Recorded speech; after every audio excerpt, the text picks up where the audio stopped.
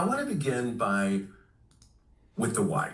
Why do we spend time creating an administrative calendar? Well, as part of the discussion from courses that you've taken, specifically if you've taken the course Nurturing a Culture That Makes Teachers Want to Stay, you will demonstrate an understanding of the concept that leaders must use their knowledge of what I call the rhythm of the school year to create a calendar that's useful and effective for their staff, students, families, and community.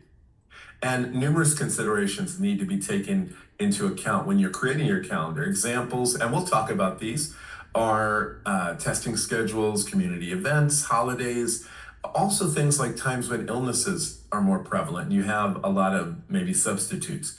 Leaders need to be able to identify these ahead of time and plan for them so that their calendars mesh with what's going on in the school during the time that they're doing the work.